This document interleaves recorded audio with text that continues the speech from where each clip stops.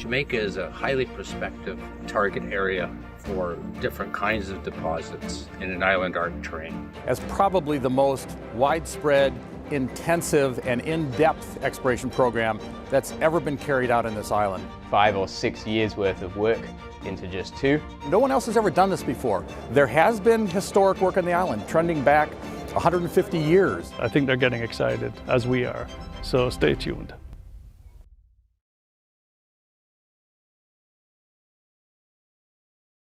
My name is Andrew Fake. I am from Mines and Money, and I'd like to welcome you to our third pitch battle of the week, which is a precursor to Mines and Money online taking place next week from the 23rd to the 25th of March. Without further ado, I'd like to hand you over to our host for today, who is Jochen Steiger from Commodity TV. A warm welcome to you, Jochen. Thank you very much, Andrew, and also a warm welcome from my side. My name is Jochen Steiger. I'm the founder and chief editor of Commodity TV and Rohstoff TV, and also the CEO and founder of Swiss Resource Capital, just that you know who is talking.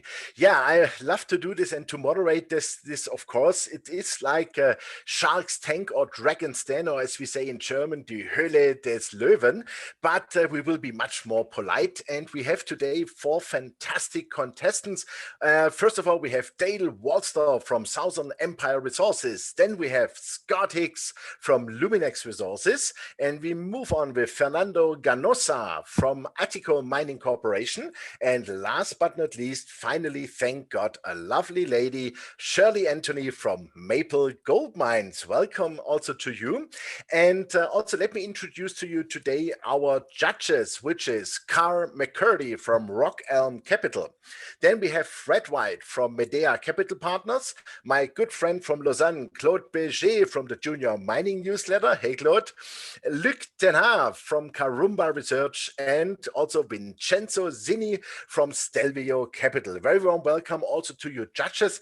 And this is really important also because our judges finally will decide where $1 million, unfortunately virtual, will go to the winner of this pitch battle. And we will also have, after Shirley's presentation from Maple Gold, we will do a polling with all of you and want to see first what the audience thinks, who's going to win. And then we ask our judges who they think should get the million. And then we have finally a winner of this pitch battle. So Dale, if you are ready, Dale Wallster, I think you have some slides. Please bring up the slides. We need the slides from Southern Empire, please. And we have 3 minutes. Has each contestant to 3 minutes to present. Afterwards, we have 8 minutes Q&A. And I have my beautiful watch here, and I have also my lovely buzzer that everybody knows what's going on. And then I would say, Dale, the floor is yours. So the question is, why should you invest $1 million in our company, Southern Empire Resources Corp? I will be making forward-looking statements. So we go to the third slide, please. We have 2 key assets: the Oro Cruz project that covers the Oro Cruz, American Girl, Padre Madre deposit areas that last produced in the mid-1990s as gold prices were declining. And we also have our equity position in Augusta Gold Corp. Next slide, please. Starting with a historical resource on our property of 340,000 ounces, together with what exists in the existing heap leach pads and waste dumps, and given the tremendous potential of the Caborca orogenic gold belt, we believe that we are well on our way to finding more than 1 million ounces at our Oro Cruz project. Next slide, please. Our historical resource of 340,000 ounces grades 2.2 grams per ton of oxide mineralized materials. We plan to aggressively explore to expand this. Next slide.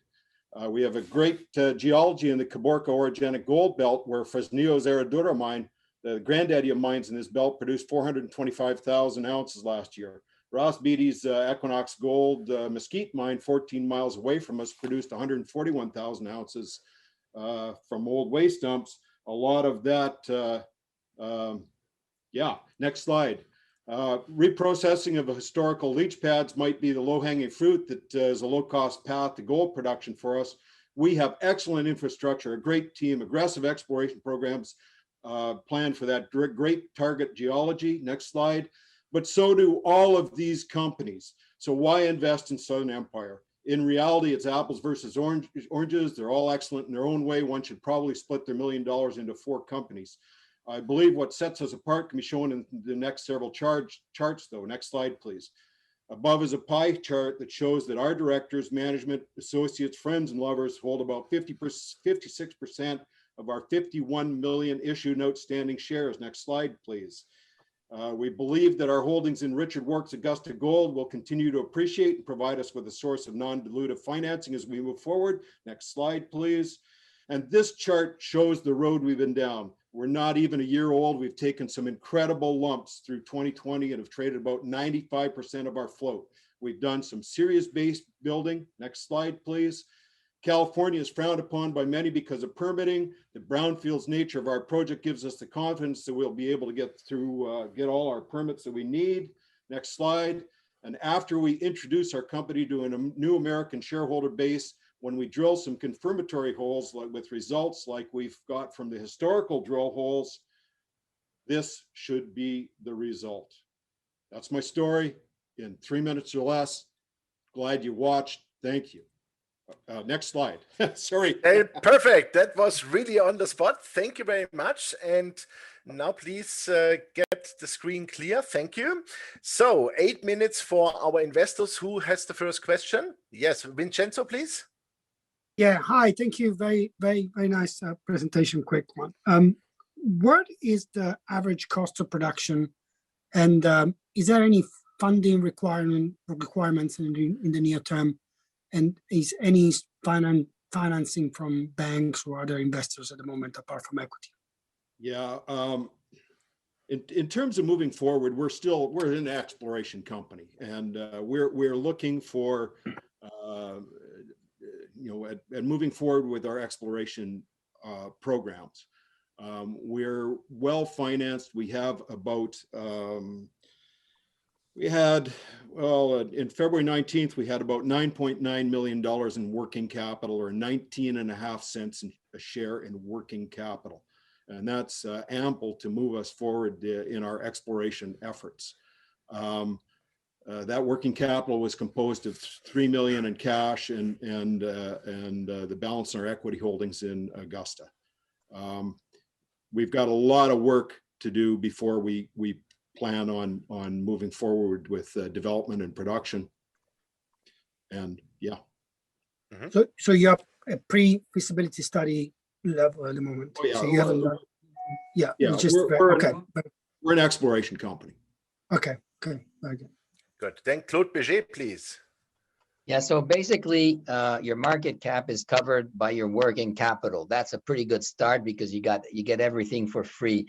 My question is, on the heap leach pad, how many dollars do you have there in the ground in your view? That's a good question. We did some recent sonic drilling of those leach pads, and surprise, we showed that there's actually gold in them there pads. No surprise at all.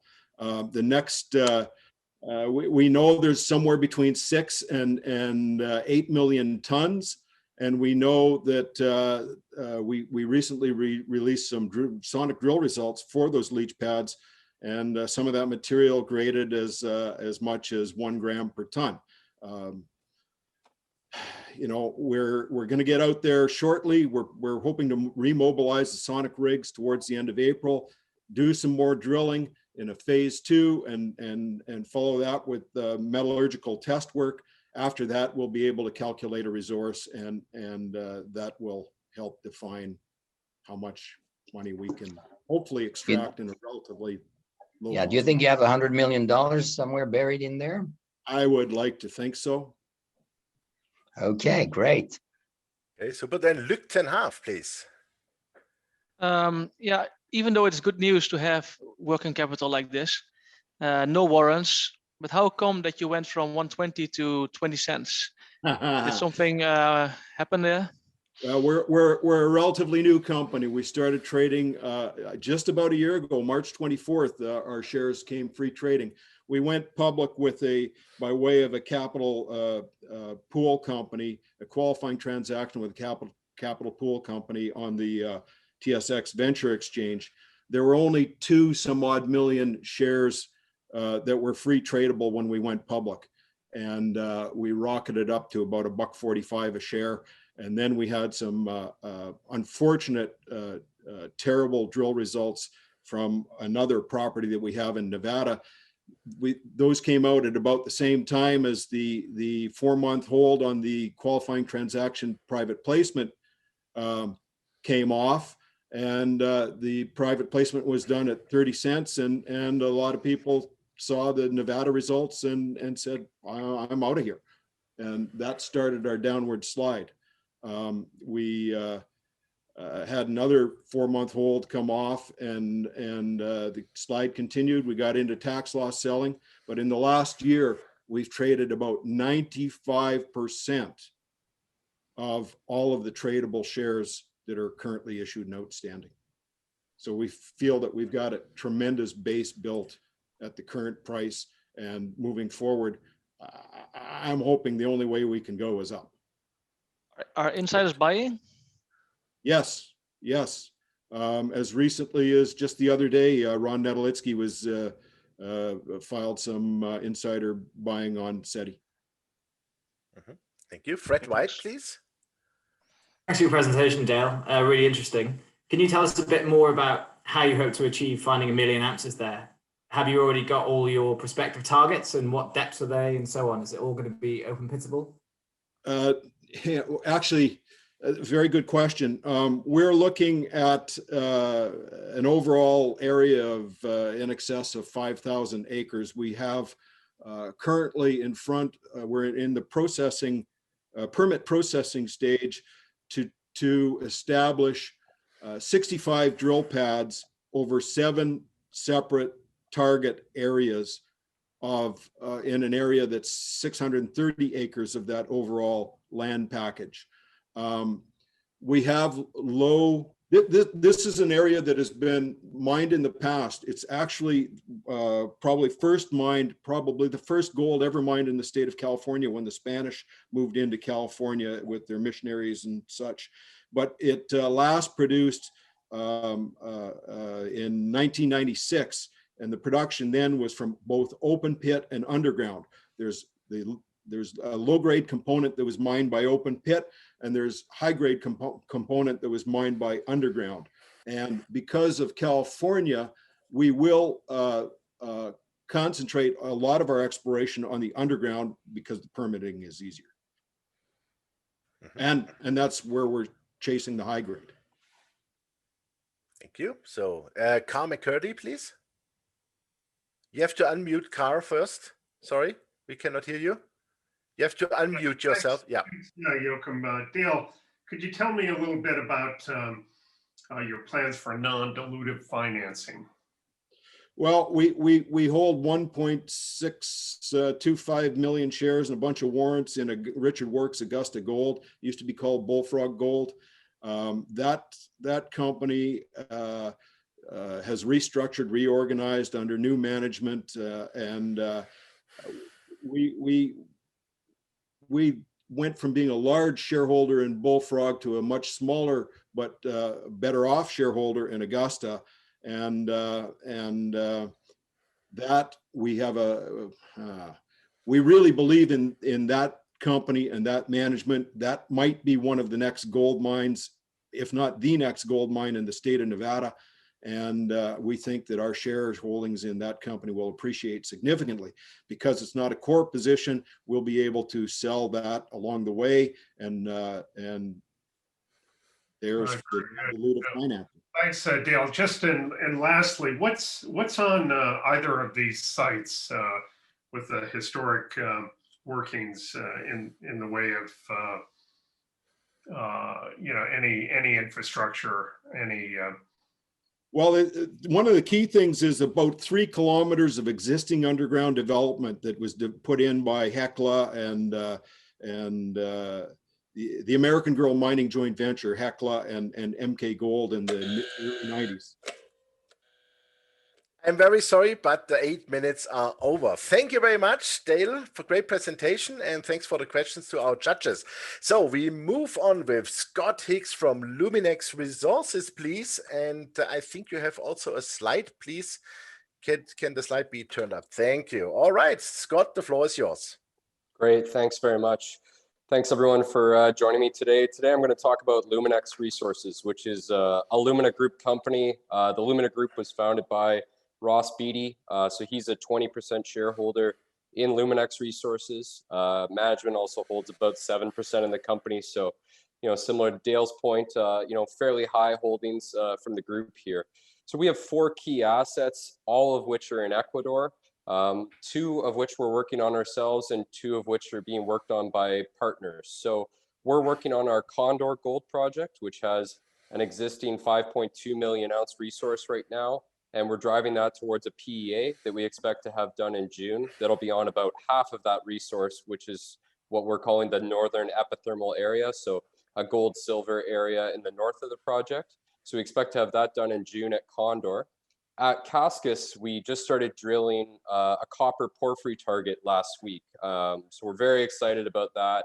This is in the same belt as the Mirador mine, which is just put into production, the Warintza deposit, which Solaris has, and the Porvenir deposit, which SolGold is drilling. So it's a very exciting belt filled with copper porphyries in Ecuador. So we just started drilling the Cascas project there.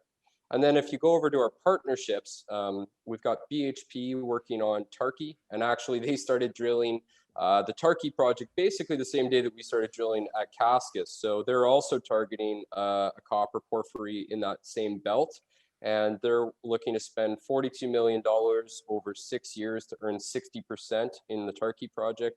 They can go to 70% if they spend an extra $40 million. And as I said, they're currently drilling. So, hopefully we'll have results from both Cascas and Tarqui in Q2 this year. And then we've got our partnership with Anglo American, and this is on our largest land package. This is a massive land package in the center of Ecuador. It's about 67,000 hectares. They're spending $57 million over 7 years to earn 60%, and they can go to 70% if they carry us to a construction decision on any project that could get defined there. They're not mobilized right now because of COVID, but we expect them to be back in the field late this year and hopefully be drilling in 2021. So in a $75 million Canadian market cap company, you have a base resource of 5 million ounces of gold, and you have 3 copper projects which are getting drilled in 2021 that we're very excited about, and $100 million of commitments from BHP and Anglo American to work on those. So with that, I'll open it up for questions. Thanks very much. Wow, perfect. Thank you. That was even 10 seconds less faster. I love it. Yeah, please, questions from our judges. Claude, you were the first to raise the hand. Yeah, so the valuation doesn't make sense for a Ross Beatty company. You're trading at something like $15 an ounce in the ground.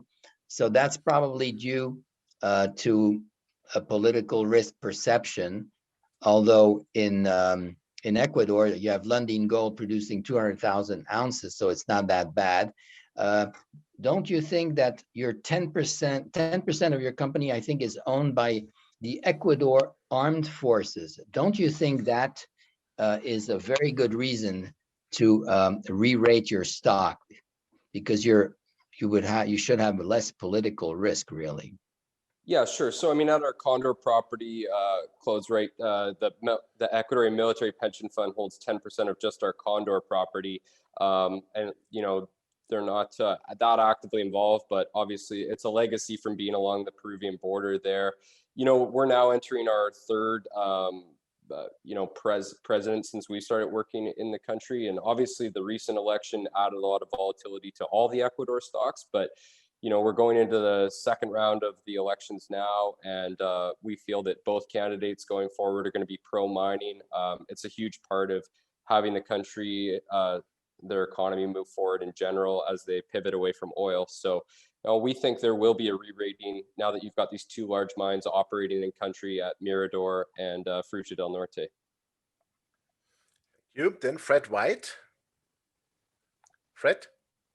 Yeah, thanks, Scott, for your presentation. Yeah, similar to Claude's question, really, even if it was just Condor, really undervalued on just a per ounce basis. So what's going to drive the next step change in valuation for Luminex that's within your power and not perceived country risk? Yeah, for sure. So, I mean, the 5 million ounces, I think it's spread across five deposits, and a lot of investors have trouble, visualizing how that's going to come together into a coherent mine plan. So, a big part of the PEA work we're doing right now is to demonstrate that these 4 deposits in the north that make up the 2.6 million ounces can come together and be a viable gold project in the $1,400-$1,500 gold range. So that when we have that out in June, I think that'll show that. And yeah, like you say, I mean, I think anyone buying the company right now is getting the copper upside potential for free, basically.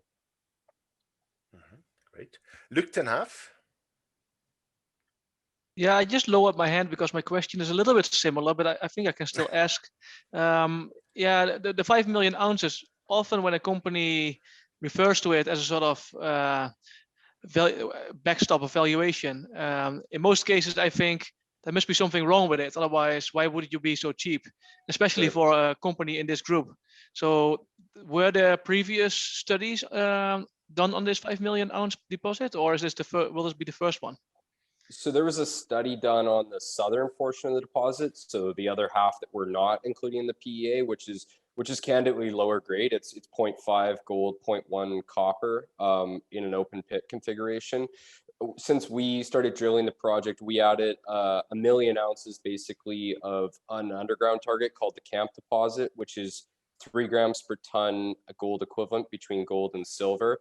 So the plan with the PEA is to blend the high grade ore from the underground Camp deposit with the 3 open pits in the north. So you'll end up, the open pits are around 0.8 grams per ton gold equivalent between gold and silver. So, with the ore from the Camp deposit as well as the other 3, you'll end up with a stronger mine plan overall.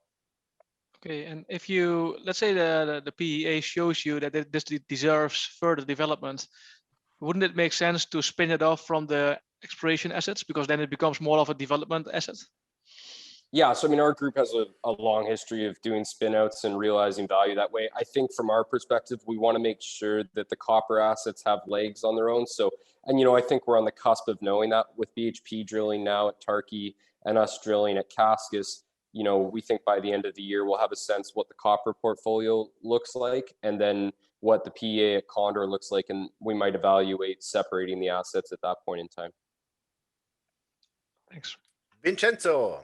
Yeah, I haven't seen the map, but can you tell me if there are any other major development next to the Condor mine, any other producers? Yeah. I haven't seen the mine, so maybe you can tell us also in terms of infrastructure, what do you need, and if there's anything in place already there.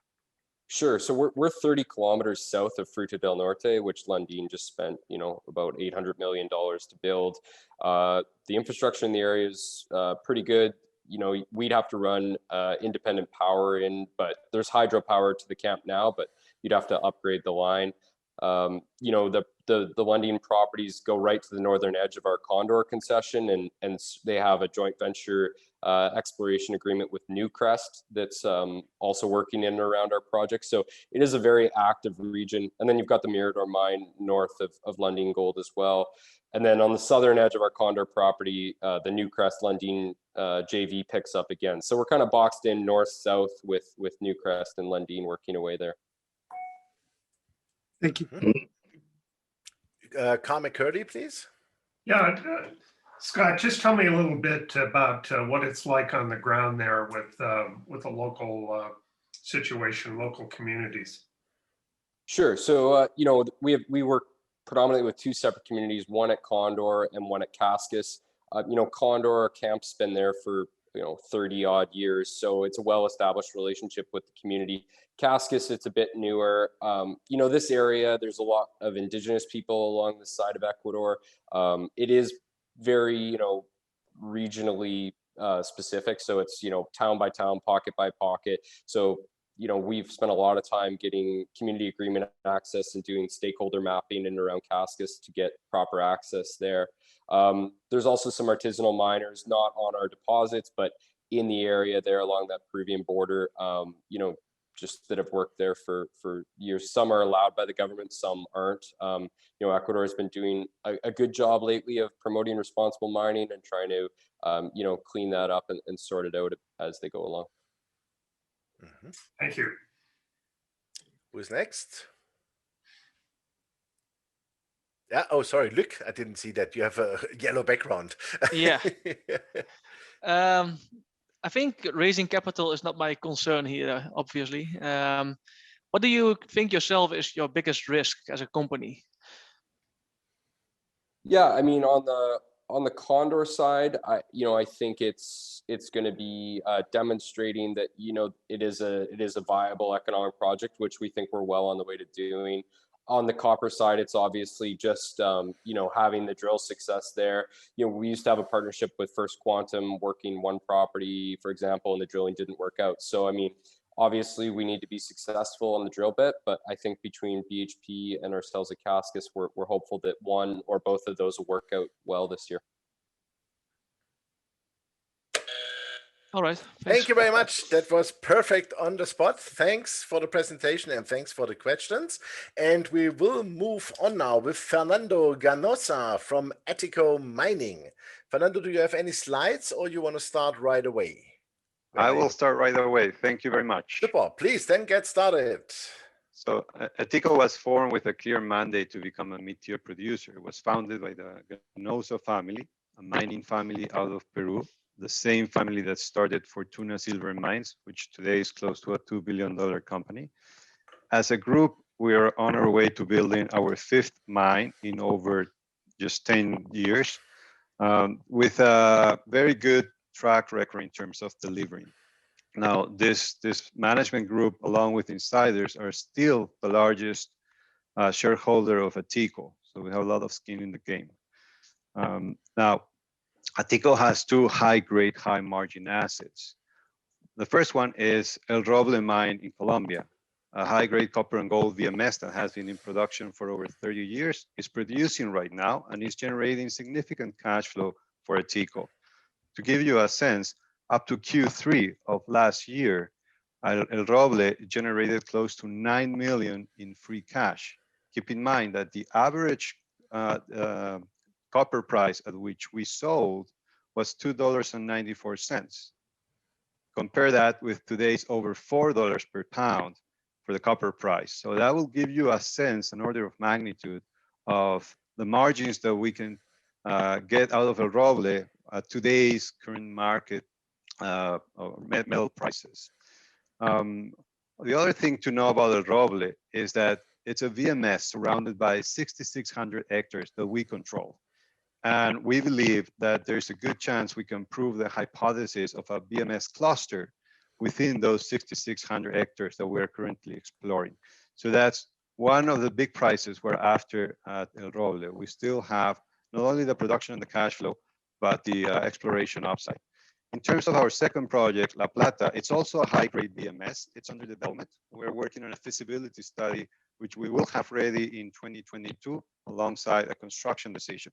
Its production profile is going to be very similar to El Roble in terms of production of copper pounds and gold ounces, which is about 20 million pounds of copper and about 11,000 ounces of gold.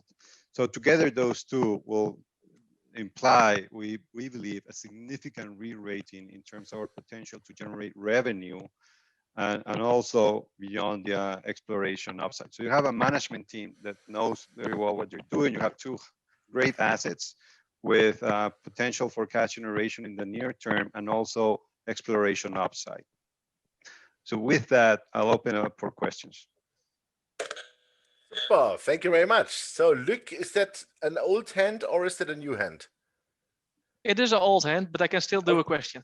Okay, that's sorry. Then Fred was before you. Okay, I'm sorry. Okay. I have to stick in the order. Fred White, please. Oh, okay. Thanks. So yeah, thanks, Fernando. Really interesting presentation. So great that you have cash flow already that can underpin your exploration. But obviously, your valuation compared to your cash flow is quite low at the moment. So is there a reason for that? Are you drilling from reserves? Is there a lot of life of mine left on the existing pit you're drilling from? Yeah, I think there are two reasons for that. And before that, I'll answer very quickly. Our current market cap can be almost all of it explained by the future cash flows that El Roble is going to generate. So basically, The evaluation for La Plata project, which is under development, is basically free, or we're getting very little value for it.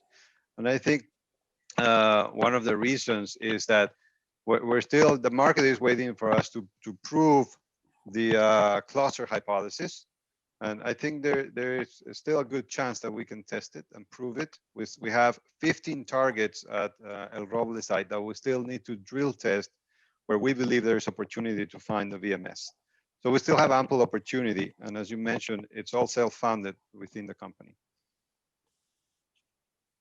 Thank you. Then Luc ten Haaf.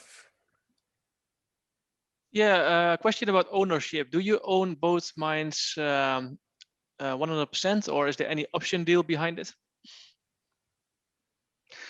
So thank you for the question, Luke. El Roble, we own 90% by design. And La Plata, we currently own 60%. We have an earning up to 75%. All we need to do to get to that 75% is complete the feasibility study and then fund the construction, which we're going to do anyways. So with that, we'll get to 75%. All right. Yes, who's next? Yeah, Karr and McCurdy, please. Yeah, Fernando, what are the time limitations on the earn-in that you just mentioned for La Plata? I'm sorry, Karr, I understood the ramifications. Yeah, on the earn-in, what are the time constraints on that? What's the time horizon for that agreement? Sure. So the only time constraint that we have is that by March of 2022, we need to have ready the feasibility study, and that's our plan. It's actually to have it ready before then. So that's the only constraint we have. Then there are no time constraints for construction and funding. Of course, we want to do it as fast as we can. What's your budget for the remaining exploration and other data collection that goes into this feasibility study? Do you have sufficient? So in the next, yes, we do. Good question. So in the next, let's say, 18 months, we're going to be spending about 10 million at La Plata. Now that includes significant exploration beyond further defining the resource and migrating some of the inferred resources into measured and indicated for the feasibility study. So, but beyond that, we are drilling other targets that we believe are interesting and have potential to show us additional mineralization. So that involves, the 10 million involves beyond the feasibility study, is what I want to convey. And all of that is going to be funded through El Roble. El Roble has the ability to generate sufficient cash to fund the development of La Plata. Thank you. Good. Who is next? So, and then yeah, Vincenzo, please. On the Roble, you said that you have the extension of the cluster that you are trying to map. Is that part are you doing the same thing at the same time as La Plata feasibility study, or are you stopping that until you finish the feasibility study in La Plata? No, we're not. We're doing it concurrently. So we're drilling this year 30,000 meters, both La Plata and El Roble. That's about 50% on each of those 30,000 meters. So we're still chasing that VMS deposit that we believe could be there and form alongside El Roble the VMS concept, class VMS cluster that we are after. That's the big prize for us at El Roble. We still have opportunity to continue replacing mineralization at El Roble mine as we extract ore, of course, and some of the drilling goes there, but most of the drilling goes to finding another VMS deposit. Next one. Yeah, Karr. Yeah, just quickly, Fernando. So your product at both of these sites would be a concentrate, and how are you situated to get that to market? So at El Roble, we're already doing it. We produce a very clean copper concentrate with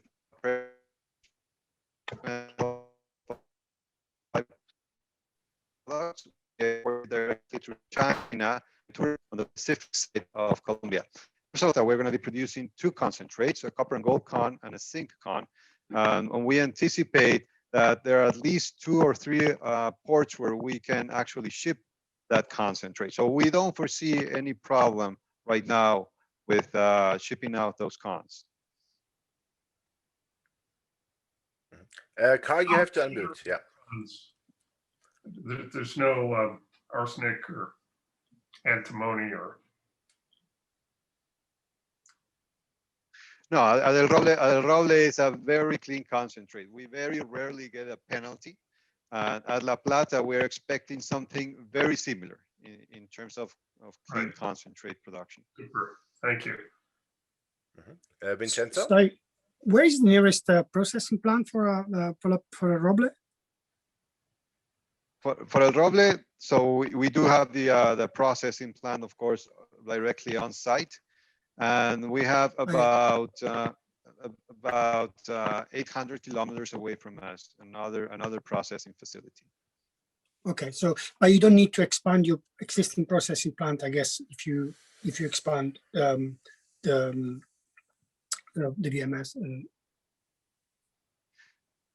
so it's running at 1,000 tons per day, and we have the ability to expand it over 2,000 tons per day if warranted by finding other VMS deposits.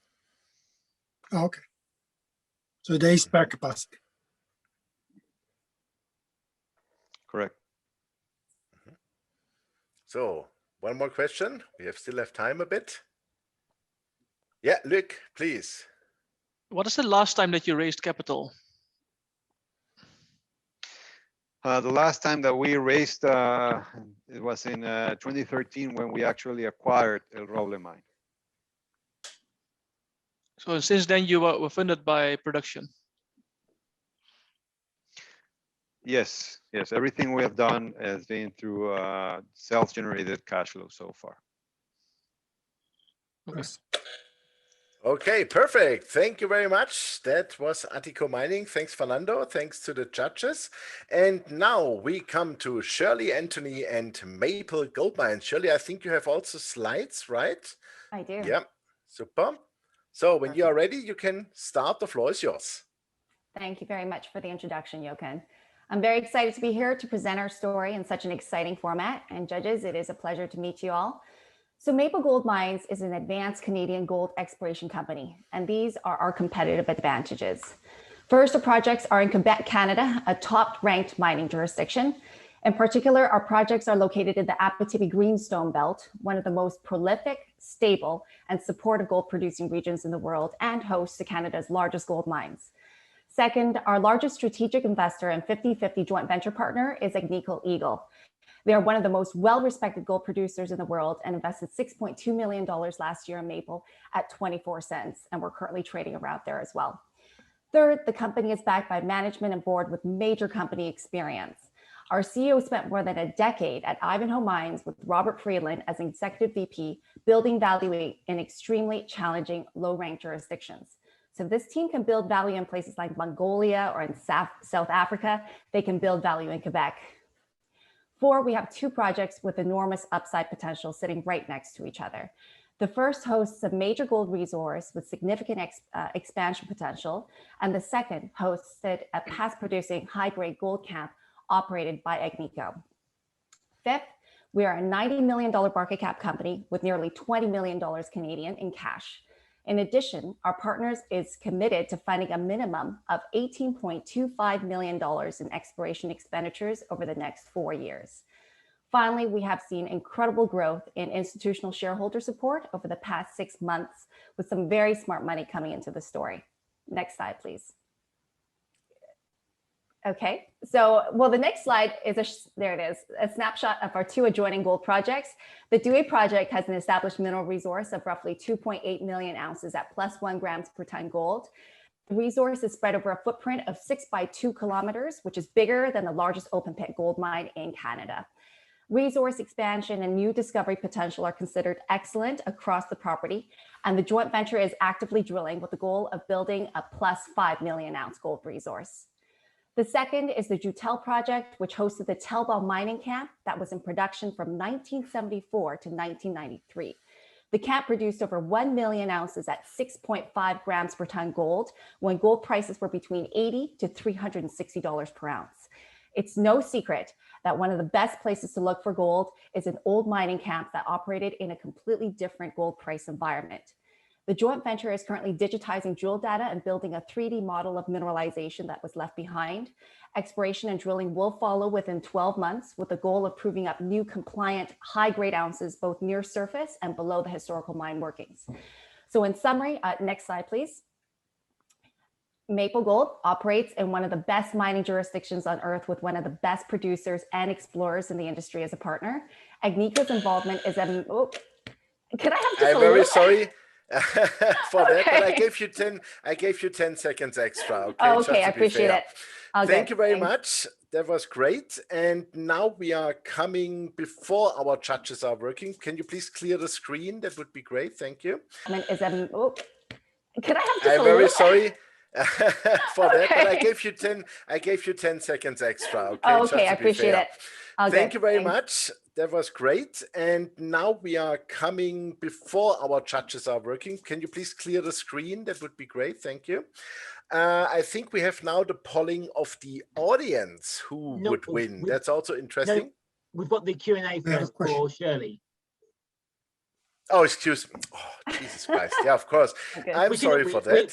That's great. We kind of could go and let Shirley off with sort of like Q&A. No, for sure. That's funny. That was the first time. So your 8 minutes Q&A, fantastic. I love it. Luc was the first I see here.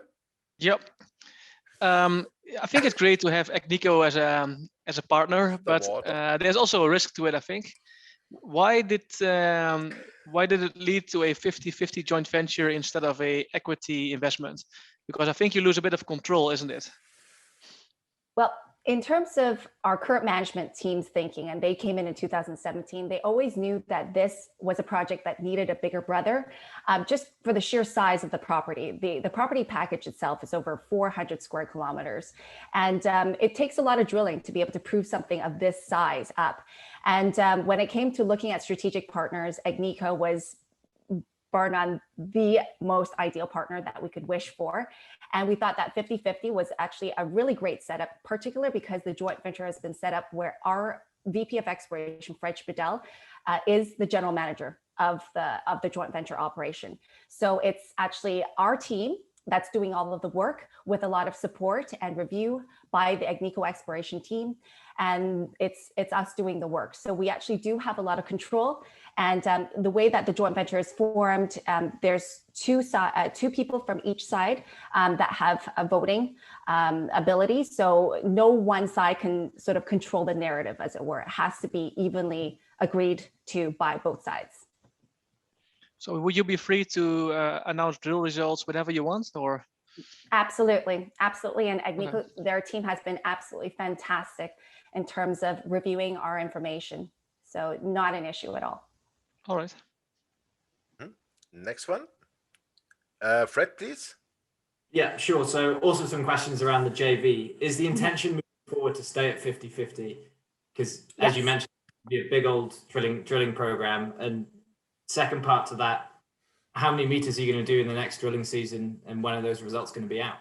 Great. So the intention, the joint venture was just formed. The binding term sheet was signed back in October of last year, and the final JV agreement was signed in February. So that was just a month ago. So currently we're just getting started. The joint venture is working really well. They have an incredible team. Our team and the Agnico team just get on so well. So at the moment, it is planned as a 50-50 partnership, and we're currently, our first sort of maiden program is already underway. It's planned as a 10 to 11,000 meter drill program. It's our winter program, which will be mainly focused on resource expansion. There's a little component of regional exploration work as well, and the drill results should be coming out sometime in the summer. So we're about halfway through that drill program already. Vincenzo? Hi.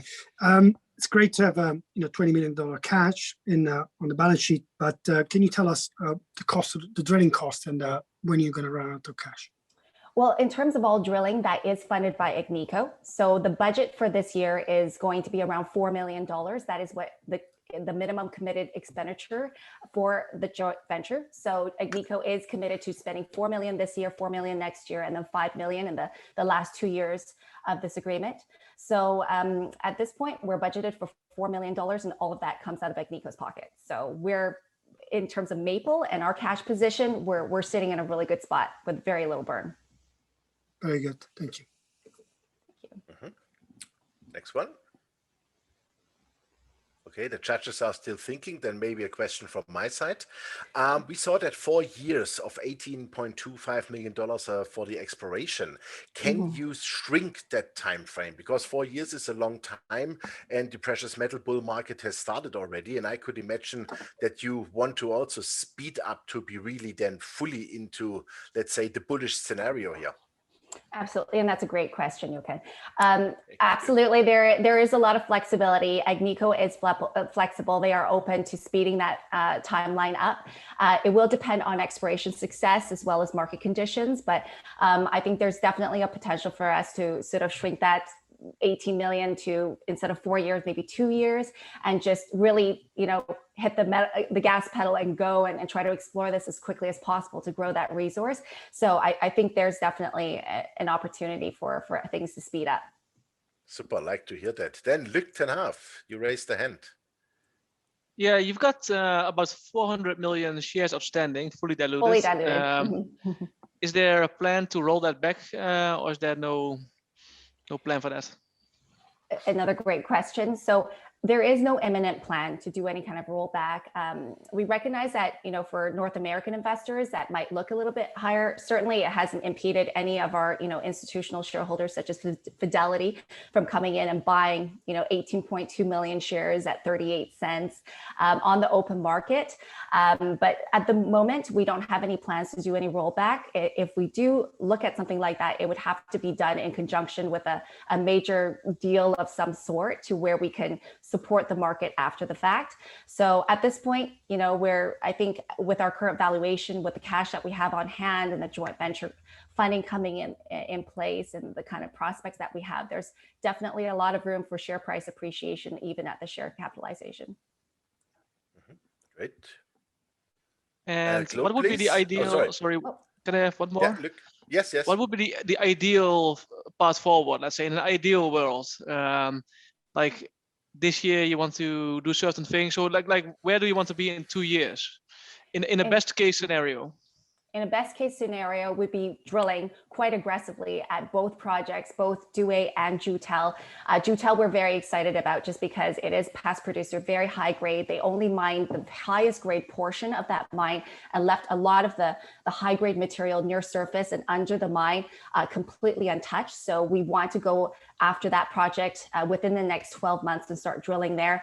In an ideal scenario, we would be going faster on the Douay as well to prove up more ounces. I mentioned we have a goal of proving up plus 5 million ounces. Even at depth already, RPA, which did our resource estimate back in December of 2019, they talked about us there already being 500,000 to 1.5 million ounces of gold resource just within the current drill intervals, just below the pits. So I believe that if we just do a lot more drilling, actually, both in and around the resource area, there's just tons of expansion potential laterally as well as at depth. We should be able to get to a much larger resource. And that's really ultimately the goal for Agnico and Maple. We have been asked questions about why not move it forward on the economic side, study side, why not get a PEA? And we're like, why do we want to spend money on that when we can spend the same money to try to double or triple the resource size and get a massive resource going?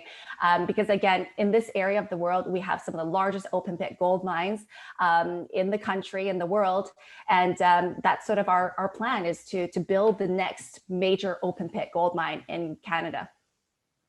Super. Claude Bejet, fast question. Well, that you answered you answered my question. I was wondering what Agnico had in mind. So doubling or tripling the resource, and they probably have a production. So you're supposed to buy the dip. Your stock was 56. It's now 27. You think it's a 10-bagger?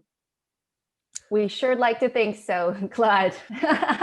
Yeah, I mean, at this, just look at our property package. In addition to the resource that we have, and then this high-grade gold past producer, plus all these other targets that we have on the western portion of the project that we barely touched because there's a lot of potential for sure. Thank you very much. Yeah, great, super. Thank you. But now I'm correct when I say we have the polling. Correct. Yeah, so please, to the audience, vote as you see now on the screen, and do your vote and then submit. Hit the submit button, because otherwise it's not working. Okay.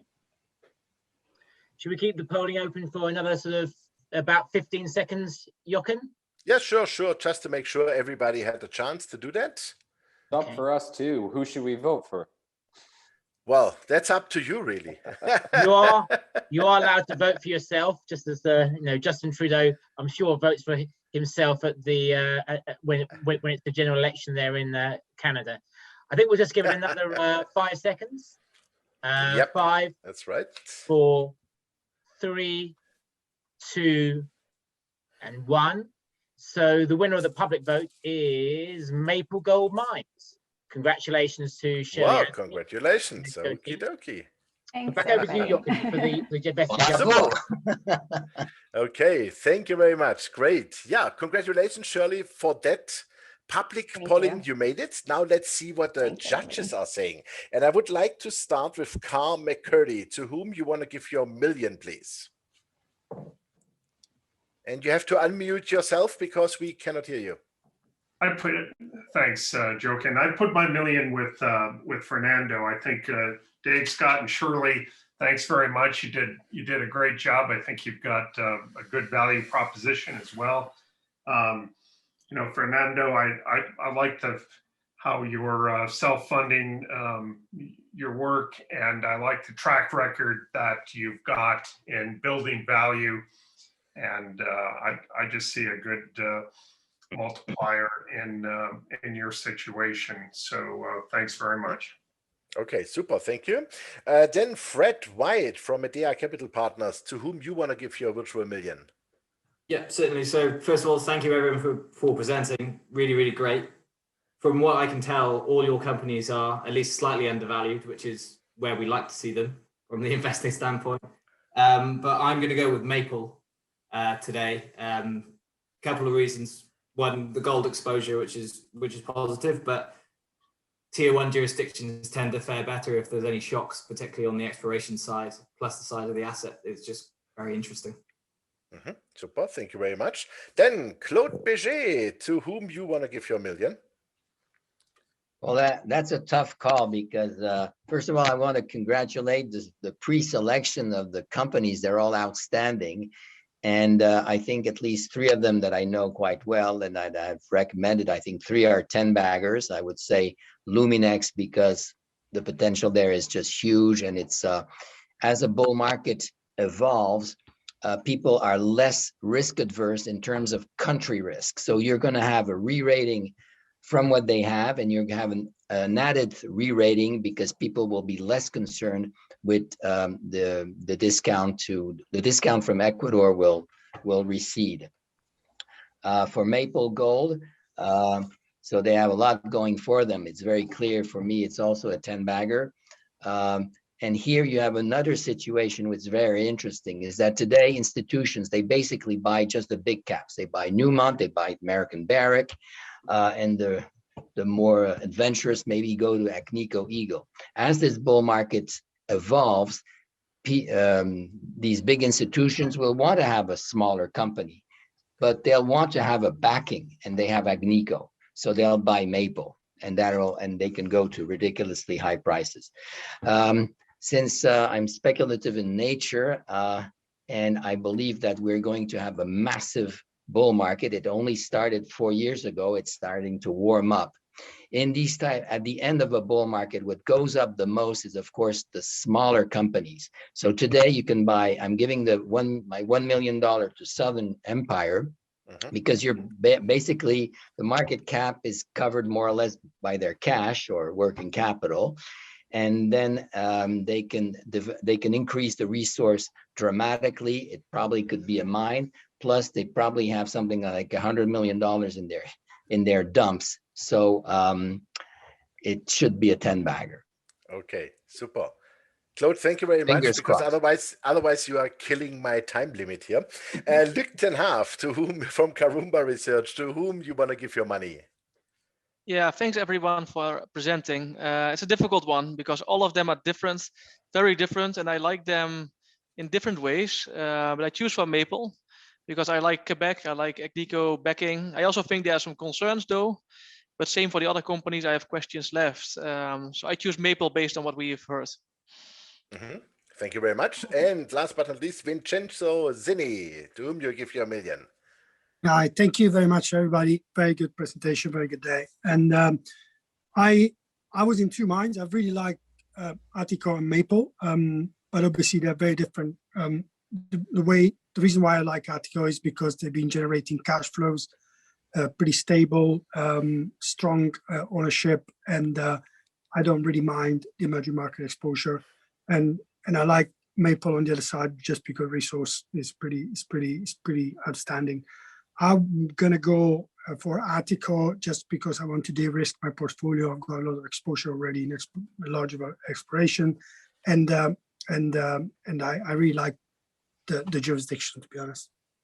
Thank you very much. Now we have a small problem, Andrew, because we have 2 votes for Atiko, 2 votes for Maple, 1 for Southern Empire. So what we're going to do is Atiko and Maple Gold in the final? I think that would be the right thing to do. I think it's been a very, very close sort of pitch battle today. You know, if I did have sort of a real $1 million, I would be investing in all 4. But I think we'll put Atiko and Maple Gold through to the final, Jochen. Super, I like that. So please make a note for that. Thank you very much. I think you all deserve it, definitely. Thank you very much for really great presentations, great companies, also 2 companies I did not really know that well. And yeah, really happy for that. Also, thank you very much for our judges for taking the time today and asking very good questions. And yeah, we look forward then to see you all in the final on Thursday next week on 2 o'clock London time. Stay healthy until there. And also what I should point out, from 23rd to 25th, there is the Mines and Money running. I'm sure you had already an email or several emails in your inbox. So make sure you are participating. You can get a lot of good meetings, one-on-ones, and meet a lot of good companies. And of course, you meet us again in the final for the pitch battle. And so this is it from my side. Andrew, you want to add something if everything is set?